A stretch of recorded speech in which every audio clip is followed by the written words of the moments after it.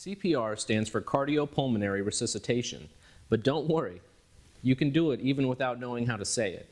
CPR steps are easy and essential to saving the life of someone in cardiac arrest. In cardiac arrest, the heart stops beating and the brain and other vital organs no longer get the oxygen they need to survive. The goal of CPR is to supply oxygen to the victim's brain and heart to keep them alive until advanced medical care is available. The quality of CPR makes a big impact on the chance of survival. Effective chest compressions are directly linked to increased survival. Effective chest compressions require 4 key elements: push hard, push fast, decrease interruptions, allow full chest recoil. I have to admit, when I first learned chest compressions, I had a real fear of compressing the chest too hard. But in reality, most people actually don't push hard enough. The way external chest compressions work is by squeezing the heart between the breastbone and the spine, forcing blood out of the heart. The heart fills back up with blood between each compression. If compressions are too shallow, blood flow is inadequate and CPR is not effective. Compress the chest hard enough to create adequate blood flow. Hard compression is not enough on its own. You must also push fast. Compress the chest at least 100 times per minute. Now this shows a heart that is being compressed too slowly and producing very little blood flow. As we increase the compression rate to 100 times per minute, the blood flow also increases. Building up blood pressure and increasing cardiac output to the point where the brain and heart are being oxygenated takes many consistent compressions. Interruptions to compressions reduces blood pressure much faster than it builds. Make sure there is full recoil of the chest between each compression.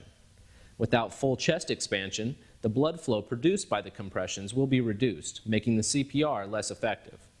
Rescuers need to take their full weight off the victim's chest between each compression. Overventilation will also reduce the effectiveness of CPR. Be sure not to give rescue breaths too hard or too fast. Give only enough breath to see a chest rise. Remember, for CPR to be effective, the victim must be lying face up on a firm, flat surface for CPR. Let's do a quick review. Push hard, meaning adequate depth. Push fast, at least 100 compressions per minute.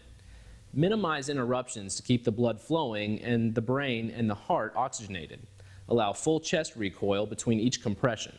Avoid overventilation. The next step is the use of an AED. The AED, or Automated External Defibrillator, is an important tool to saving a life. In fact, the chance of saving a victim in cardiac arrest decreases 7 to 10% with every minute that passes without a shock. When the heart is not receiving enough oxygen, it may go into ventricular fibrillation. This is a life-threatening condition in which the heart is overloaded with electrical impulses and cannot generate a contraction or a heartbeat.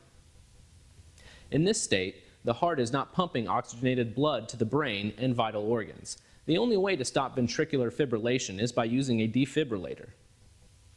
Although it may sound complicated, AEDs are actually very easy to use.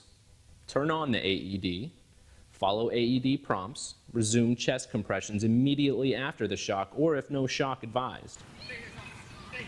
Moving.